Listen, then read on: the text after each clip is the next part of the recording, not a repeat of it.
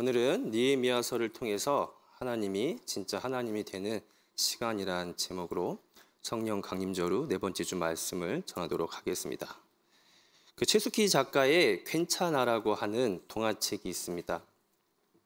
그 주인공 아이가 어느 날 이렇게 지나가는데 개미가 있는 거예요. 개미한테 묻습니다. 너 너무 작아서 어떻게 하니? 라고 했더니 개미가 괜찮아. 나는 일을 많이 해서 힘이 세. 라고 답을 합니다. 이번에 저쪽에서 오는 고슴도치를 보면서 걱정이 돼서 묻습니다. 아니 너 가시가 너무 많아서 어떻게 하니? 라고 했더니 고슴도치가 괜찮아. 가시 때문에 아무도 나를 공격하지 않아. 저쪽에서는 타조가 옵니다. 아니 너 샌데 날지도 못해서 어떻게 하니? 라고 했더니 타조가 괜찮아. 나는 그 누구보다도 빠르잖아. 이렇게 대화를 나눴던 곤충과 동물들이 이제는 이 아이가 걱정이 되나 봅니다. 그래서 이 아이한테 묻습니다. 그런데 너는 괜찮아? 이 아이가 괜찮지 않은지 바로 대답을 하지 못하다가 하고 뜸들이다가 이렇게 답을 합니다. 괜찮아. 나는 세상 누구보다도 가장 크게 웃을 수 있거든. 코로나 이후에 많이 어렵습니다. 주변에 어려운 분들 많이 계시죠? 그런데 정작 우리는 어떤지 모르겠습니다. 여러분 괜찮으세요? 우리 교회는 괜찮은가요? 아마 이 아이처럼 바로 괜찮다라고 대답이 안 나오시는 분도 꽤 있을 거라고 생각이 됩니다. 그렇지만 오늘 말씀을 통해서 그래도 하나님 때문에 괜찮다라고 모두 말할 수 있기를 바랍니다. 그럼 본문을 살펴볼 텐데요. 오늘 본문은 바벨론에서 포로로 살다가 귀환한 공동체의 이야기입니다. 열왕기서랑 역대기에 보면 남유다 백성들은 바벨론에 1차, 2차, 3차에 걸쳐서 포로로 끌려가게 됩니다. 끌려가면서 그동안 하나님께 예배했던 성전이 무너지는 것을 보게 되고요. 나라가 잃었다는 것을 깨닫게 됩니다. 이제 그들한테는 그 어떤 희망도 보이지 않습니다. 근데 이때 이들과 함께 포로로 끌려간 우리가 잘 아는 에스겔과 같은 예언자 선지자들에 의해서 또 그들의 메시지를 통해서 이들은 그래도 하나님만 바라보면서 겨우 버티게 됩니다. 한 이렇게 70년쯤 겨우 버텼을 즈음에 꿈이 현실이 되는 순간이 다가왔습니다. 바벨론이 망했습니다. 그래서 드디어 고향, 고국으로 들어갈 수 있게 되었죠. 포로에 끌려갔던 것처럼 고향으로 돌아올 때도 1차, 2차, 3차에 걸쳐서 돌아오게 됐습니다. 돌아온 그들의 삶은 여러분 어땠을 것 같아요? 현실은 달랐습니다. 여전히 그들은 식민지 국가의 고단한 삶을 살아내야 했습니다. 보니까 바벨론에서 페르시아, 성경에는 바사라고 하죠. 패권만 바뀌었을 뿐이지 어려운 삶은 그대로였습니다. 그래도 예전에는 힘들 때 성전에 가서 하나님께 예배라도 할 수 있었는데 이제는 성전이 없어서 하나님께 예배할 수조차 없었습니다. 그 외에 그들 현실에 수많은 문제들이 질비해 있었습니다. 그들은 다시 낙담이 되기 시작했고 그나마 있었던 의욕조차 다 꺾였습니다. 이제는 하나님께 나가는 것조차가 사치라고 여겨질 정도로 너무 힘들어했습니다. 이때 학계, 스가랴와 같은 또 선지자들이 이 공동체의 사람들을 독려합니다. 여러분 삶 포기하지 마세요. 여러분 다시 하나님 바라보고 주님 바라보고 우리 일어섭시다. 그리고 그들이 주님을 바라보는 방식은 예배하는 거였습니다. 근데 이들은 예배를 우리처럼 드리지 않고 제사를 드렸잖아요. 그 제사는 어디서 드려지죠? 성전이었죠. 근데 아시는 것처럼 성전이 이미 다 무너졌습니다. 그래서 학개와 스가랴는 다시 성전 짓자고 이야기해요. 그 성전을 짓는 것은 성전을 통해서 주님 바라보며 예배하기 위함이었습니다. 근데 유독 한국교회만 이 본문을 어떻게 이용해요? 교회 건축할 때 인용하죠. 교회 건축이 아니고 주님 바라보기 위해서 성전 짓자라고 합니다. 그리고 1차 포로 귀환자의 리더였던 스룹바벨에 의해서 성전 공사가 제기됩니다. 근데 이것도 쉽지가 않습니다. 어찌나 힘들게 하는 사람들이 많은지 성전을 짓다가 몇 번이고 공사를 중단하게 됩니다. 참 많은 힘든 상황들이 계속 펼쳐지게 되었죠. 그래도 끝끝내 성전 공사를 마무리했습니다. 근데 우리가 교회 건물을 지었다고 교회가 되는 거 아닌 것처럼 성전 건물을 다시 지었다고 해서 성전이 되지 않잖아요. 그 교회 내부에 시스템을 갖춰야 됩니다. 그래서 이 일을 위해서는 2차 포로 귀환자의 리더였던 에스라가 담당을 하게 됩니다. 율법에 입각해서 다시 조직을 세우고 그 안에 리더들을 세우고 그들을 양육합니다. 우리 높은뜻교회도 하늘교회가 정관이 있는 것처럼 율법 정신에 따라서 또 우리가 어떻게 살아야 할지 그런 정관들을 만들었습니다. 그러고 난 다음에 뭐 해야 돼요? 이제 그동안 신경 쓰지 못했던 이제 구석구석의 일들을 다 살피고 손보고 헤아려야 됩니다. 그런 것처럼 성전 공사는 맨 마지막에 성벽이 다 지어져야 성전 공사가 완공된다고 합니다. 그래서 성벽 공사를 해야 되는데 이 일은 3차 포로 리더였던 느헤미야가 담당하게 되고 그 또한 힘겹고 어려웠지만 끝끝내 성벽 공사를 다 마무리 짓게 됩니다. 그리고 나서 드디어 성전 공사가 다 끝난 거예요. 단순히 성전 짓는 걸로 끝나는 게 아니고 성전 짓고 내부 다시 개혁을 하고 성벽까지 다 했을 때 그리고 나서 성전 공사가 마무리되는 것입니다. 얼마나 긴 시간, 오랜 시간 그렇게 했겠어요. 그런 사이에 많은 사람들은 또 지쳤겠죠.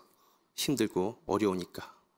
또 그리고 예배를 계속 못 드렸으니까 또 마음이 굳어서 떠난 사람도 있었겠고 또 반면에 또 성전 짓는 일에 함께 성심껏 돕고 하는 가운데 성전 지어지는 모습을 통해서 다시 예배 드릴 수 있다는 그 감격에 빠져 있는 사람도 있었겠고 뭐 각양각색의 감정들이 막 존재했겠죠. 공존했겠죠. 이런 공동체를 보고 에스라와 느헤미야였던 그 리더들은 이렇게 이야기합니다. 여러분 이제 우리 예배할 수 있게 됐으니까 예배 드려봅시다. 예배 제대로 한번 드려봅시다 라고 이야기합니다. 그리고 사람들은 그 공동체는 예배 드리기 위해서 모였습니다. 오늘 본문은 그 예배 드리기 위해서 모인 그 이야기부터 시작이 됩니다. 1절 보니까 예배 드리기 위해서 사람들이 수문 앞 광장에 모였습니다. 좀 전에 말씀드린 것처럼 다양한 감정을 가지고 사람들이 왔겠죠. 근데 그 예배 드릴 때 조금 좀 허탈했을 수도 있겠다 싶습니다. 왜냐하면 그 성전이 예전 솔로몬 성전과 같이 사이즈가 크지가 않습니다. 또 예배의 형태와 규모가 예전과 같지 않아요. 화려한 예배가 아니고 뭔가 초라한 예배의 자리였습니다. 마치 우리 지금 예배 같아요. 우리가 코로나 이후에 잠시 멈췄다가 다시 예배를 시작했지만 우리 예배 형태와 모임이 예전 같지가 않습니다. 마치 그런 것처럼 그들이 지금 그런 예배 자리에 서 있습니다. 이때 말씀을 전하기 위해서 나누기 위해서 학자 에스라가 나옵니다. 성경에 학사라고 되어 있는데 학부 출신이 아니고 학자예요. 학자라는 뜻입니다. 특별히 나무 강단을 제작해서 그 위에 올라서서 그가 말씀을 읽기 시작합니다. 근데 에스라 혼자 말씀을 낭독하지 않고 그 옆에 레위인들이 함께 있었어요. 왜냐하면 말씀이 전해질 때 잘 못 알아듣는 분이 계실 수 있잖아요. 그럴 때 레위인들이 같이 붙어서 이 말씀은 이런 겁니다, 저런 겁니다 하고 옆에서 설명을 해주기 위해서 그래요. 또 우리도 종종 말씀 볼 때 이런 실수를 하는데 잘못 이해할 때가 많잖아요. 마치 귀에 걸면 귀걸이, 코에 걸면 코걸이 식으로 말씀을 해석할 때가 있어요. 그래서 말씀을 잘못 알아듣고 잘못 이해할까 봐 또 레위인들이 붙어서 다 달라붙어서 한 사람 한 사람 다 설명해주고 이해시키는 거예요. 언제까지요? 8절 한번 읽어보겠습니다. 네, 8절입니다. 자, 시작.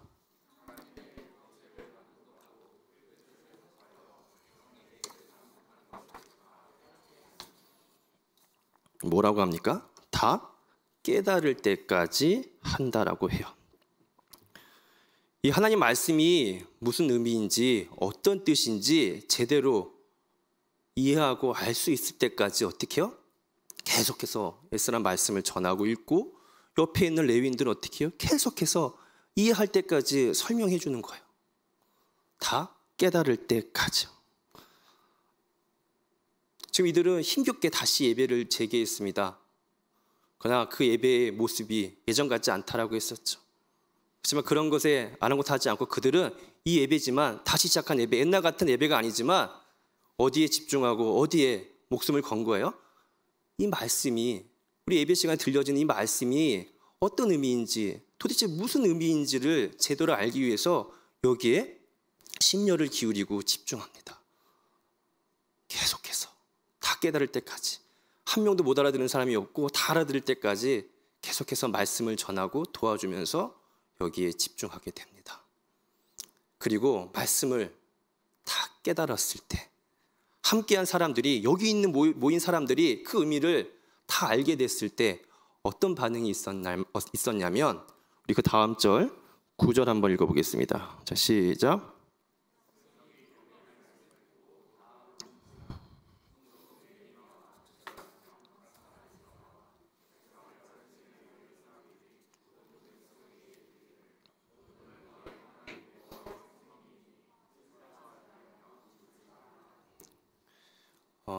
말씀이 다 밝히 이해되고 깨달아졌을 때 사람들이 어떻게 했다 그래요? 울었다 그래요. 아마 힘든 과정, 그 시절이 주마등처럼 쭉 지나가다 보니까 감정이 복받쳐서 울을 수도 있었겠죠. 그러나 대다수는 그동안 몰랐던 하나님의 말씀의 뜻과 의미가 이제 나한테 새롭게 이해가 되고 알게 되어서 그 말씀이 내 삶에 살아 움직이고 꿈틀꿈틀 거리는 것을 느껴서 어떻게 해요? 그 감격 때문에 울게 됩니다. 우리도 그럴 때 있잖아요. 그런 적 있잖아요. 하나님 말씀이 몰랐는데 그런 말씀이구나, 그런 뜻이었구나 라고 알게 됐을 때 얼마나 감격이 되고 기쁩니까? 그래서 많이 울었던 것 같아요. 또 한편으로는 내가 이 말씀을 진즉에 알았더라면 얼마나 좋았을까. 그러면 내가 과거의 그런 모습처럼 살지 않았을 텐데 하면서 아쉬움 때문에 또 울었을 것입니다. 내가 젊었을 때 이런 말씀 알았더라면, 이 의미를 제대로 알았더라면 정말 하나님이 원하시는 가치 있는 그런 삶을 살았을 텐데 하면서 아쉬워서 많이 울었겠죠. 유시와의 잠언 시집에 지금 알고 있는 걸 그때도 알았더라면 이라는 시가 있습니다.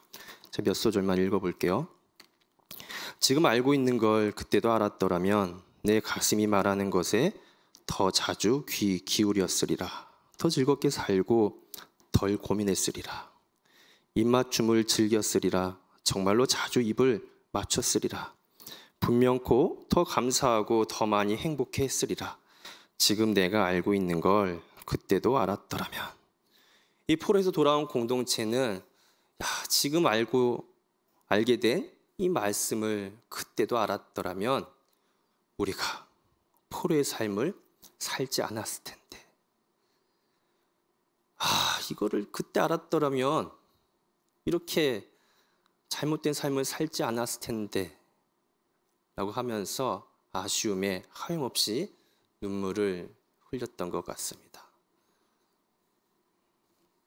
이제라도 알면 됩니다. 괜찮아요. 그림 중에 수채화랑 유채화가 있는데 저같이 그림을 잘 모르는 사람은 유채화가 더 이렇게 어려운 그림 같은데 꼭 그렇지만은 않다고 하더라고요. 수채화는 붓으로 한번 쑥 지나가면 더 이상 수정이 불가하다고 합니다. 그래서 되게 어렵대요. 근데 유채화는 한번 그리고 나면 거기에 덧칠할 수 있거든요. 그것처럼 그때 과거에 비록 하나님 뜻대로 잘 못 살아도 괜찮습니다. 다시 우리 삶에 하나님 뜻을 제대로 이해해서 그 하나님 방식, 그 뜻을, 그런 삶의 방식을 내 삶에 다시 덧칠하면 되는 겁니다. 그래서 이렇게 하나님 말씀을 깨닫고 감격하면서 이 공동체는 예배 시간을 보내게 됩니다. 그러고 난 다음에 10절을 보니까 이런 이야기가 나옵니다. 한 번 더 읽을게요. 자, 10절 시작.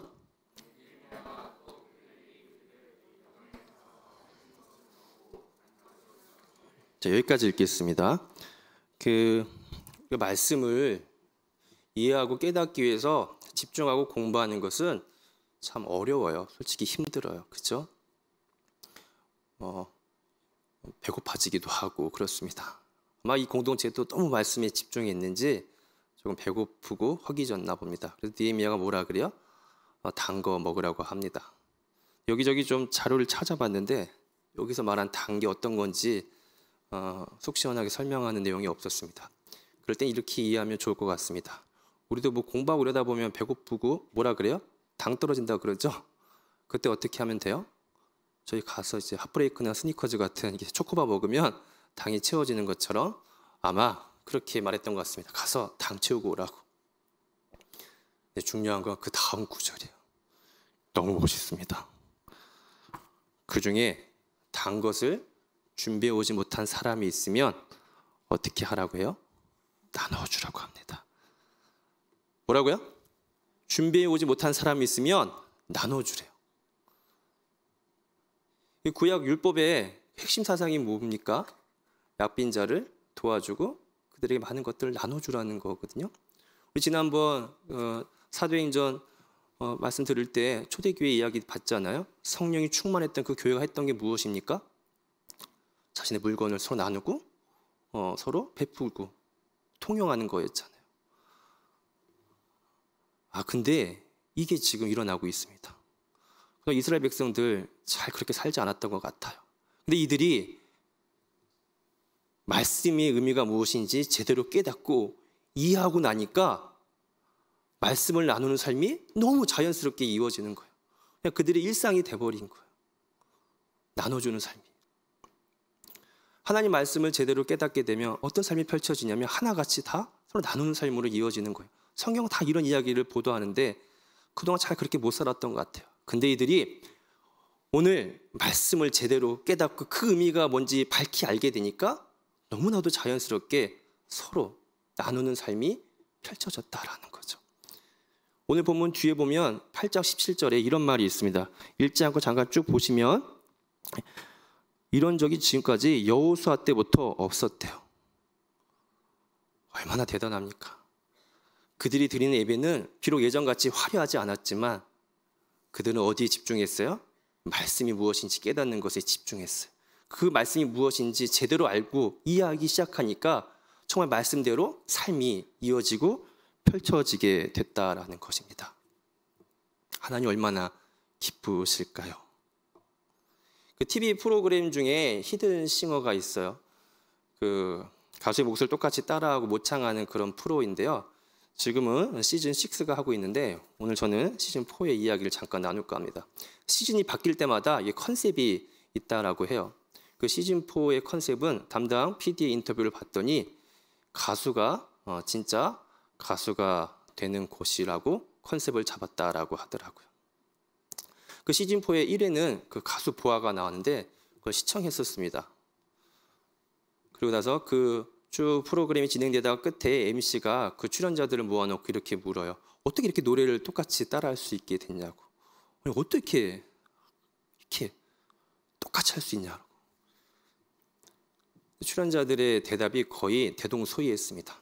힘들고 어려웠던 일이 많았는데 그때 이 보아의 노래를 들으면서 힘을 얻었대요. 그리고 그 노래를 계속 듣고 또 듣고 하다 보니까 보아가 너무 좋아지고 그러다 보니까 보아와 점점 목소리가 닮아졌다라고 하더라고요. 근데 그 옆에서 가수 보아가 계속 울어요. 어릴 때 데뷔해가지고 인기가 정말 많았는데 아마 출연할 쯤에는 예전 인기만큼 좀 덜했던 것 같아요. 근데 가수는 열렬한 팬, 사랑을 먹고 가수가 되는 거잖아요. 이 보아가 거기 출연해서 진짜 나를 이렇게 사랑하는 나를 너무 똑같이 노래를 불러주고 나와 너무 닮은 목소리를 내는 그 사람들이 있다라는 걸 알고 나서 우는 거예요. 그래서 MC가 그런 말을 하더라고요. 가수가 진짜 가수가 되는 시간이라고. 여기서 오늘 설교 제목을 가져왔습니다. 그리고 하나님이 언제 진짜 하나님이 될까요? 아까 나눴던 것처럼 그 하나님 말씀을 정말 잘 이해하기 위해서, 무슨 말씀인지 어떤 뜻인지 알기 위해서 정말 귀 기울이고 집중해서 밝히 알게 됐을 때, 그리고 내 삶에서 그 말씀이 그대로, 알게 된 말씀 그대로 펼쳐지고 살아갈 때 하나님이 뭐가 되시는 거예요? 우리 삶에서 진짜 하나님이 되시는 거예요. 하나님을 사랑한다라고 얼마나 많은 이들이 고백하고 얼마나 많은 교회 공동체가 고백합니까? 고백이 아닌, 고백을 넘어서 그 말씀이 무엇인지를 밝히 알고 그 말씀 그대로 살아갈 때 하나님은 진짜 우리 삶에서 하나님이 되십니다. 이 포로 공동체는 오늘 하나님이 진짜 하나님이 되는 그 시간을 경험한 것 같습니다. 앞서 시작할 때 괜찮아라고 하는 책을 이야기하면서 제가 여러분들한테 여러분들은 괜찮은지 여쭤봤습니다. 여러분 사실 괜찮지 않잖아요, 그죠? 다들 힘들잖아요. 나보다 더 힘든 사람이 주변에 있으니까 표현을 못할 뿐이지 다들 괜찮지 않습니다. 교회도 괜찮지 않습니다. 예배도 예전 같지 않고, 또 무엇인가 해보려고 해도 아시는 것처럼 또 교회발 전염이 퍼지고 하면서 이러지도 저러지도 못하는, 괜찮지 않은 그런 상황 가운데 놓여 있습니다. 오늘 살펴본 포로 공동체도 그렇습니다. 삶이 예전과 같지 않아요. 많이 쪼그라들었습니다. 그러나 그들은 과거의 화려한 예배가 아닌 초라한 예배였고, 예전의 규모가 아닌 예배였지만 거기서 하나님 말씀이 무엇인지 제대로 알고자 집중하고 그 의미를 깨달았을 때 어떻게 해요? 하나님이 진짜 하나님이 되는 그 감격을 누리게 됩니다. 우리도 그렇게 누렸으면 좋겠어요.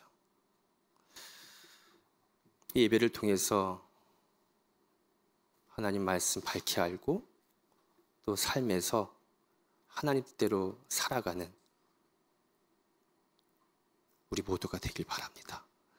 이걸 요즘 뭐라고 하냐면 갓질이라 그래요. 갑질 말고 영어 갓 해가지고 하나님에서 갓질. 삶에서 하나님 방식대로 살아갈 때 하나님이 뭐라고요? 진짜 우리 하나님이 되십니다. 그렇게 여러분 모두 살아가길 바랍니다.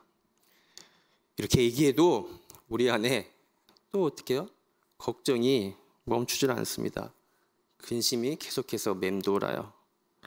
우리도 그렇고 포로 공동체도 그렇습니다. 이때 느헤미야가 한마디 합니다. 아까 읽은 9절, 10절 뒷부분 보니까 이렇게 이야기하거든요. 근심하지 말라. 여호와로 인하여 기뻐하는 것이 너희의 힘이니라.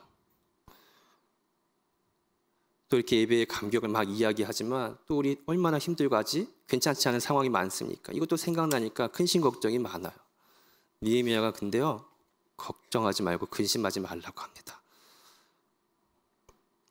여호와를 기뻐하는 것이 여러분 힘이잖아요. 그 힘 가지고 버텨봅시다. 이겨내봅시다.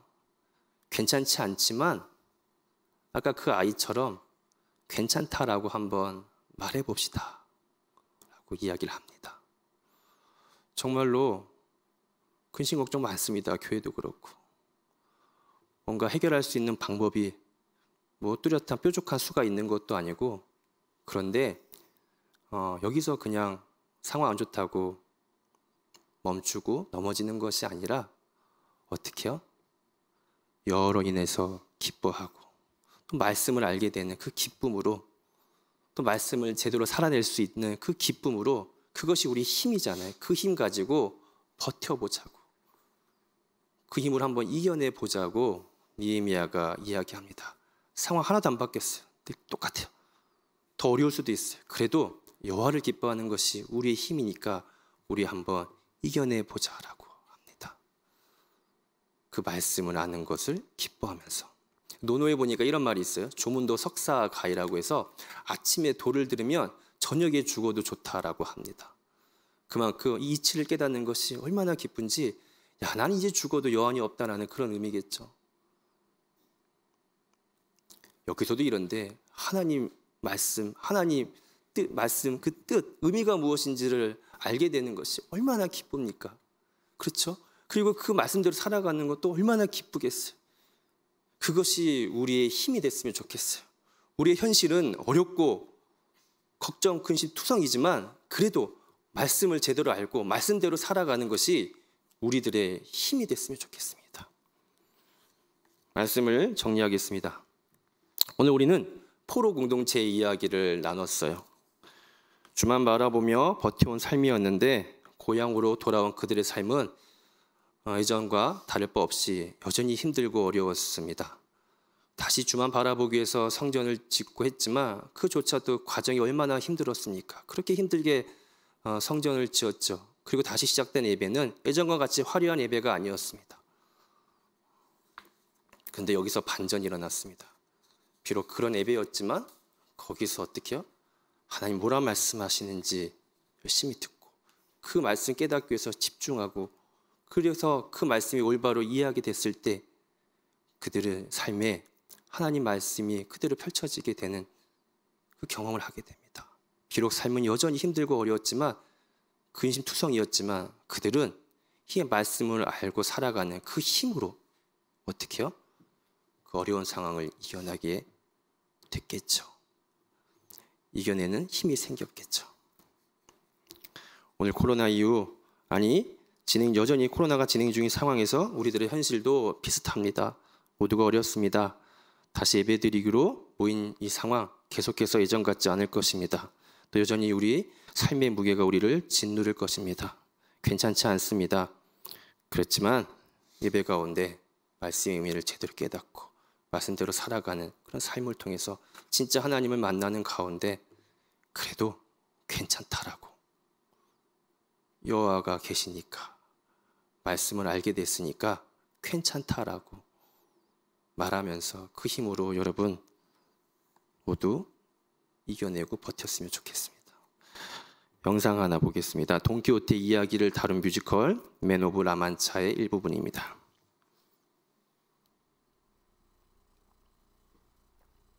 이기고 지는 것은 중요하지 않소. 그럼 뭐가 중요한데? 오직 나에게 주어진 길을 따를 뿐. 그것은 진정한 기사의 임무이자 본분, 아니 특권이요. 이게 나의 가는 길이요. 희망조차 없고 또 멀지라도 멈추지 않고 돌아보지 않고 오직 나에게 주어진 이 길을 따르리라. 보면 그 돈키호테의 대사처럼 이기고 지는 것은 그렇게 중요하지 않습니다. 이게 나의 길이라면 나에게 주어진 길을 갈 뿐이라고 합니다. 여러분, 우리도 그래요. 지금 상황이 좋고 나쁜 것이 그렇게 중요하지 않습니다. 예배가 예전처럼 화려하고 안 하고도 중요하지 않습니다. 우리에게 주어진 길을 가는 것뿐이에요. 그 길은 함께 나왔던 말씀처럼 하나님 말씀이 어떤 의미인지 제대로 깨닫고 그 말씀대로 그대로 살아가는 것이에요. 우리 삶의 근심이 앞을 가려도 계속 이 길을 가는 것입니다. 그것이 우리의 힘입니다. 주를 기뻐하는 것, 주만 바라보는 것이 우리의 힘입니다. 그렇게 가다 보면 우리 하나님 진짜 하나님이 되시고 우리 삶도 하나님께서 괜찮게 해주시리라 믿습니다. 사랑하는 하나님, 코로나 때문에 정말 많이 힘듭니다.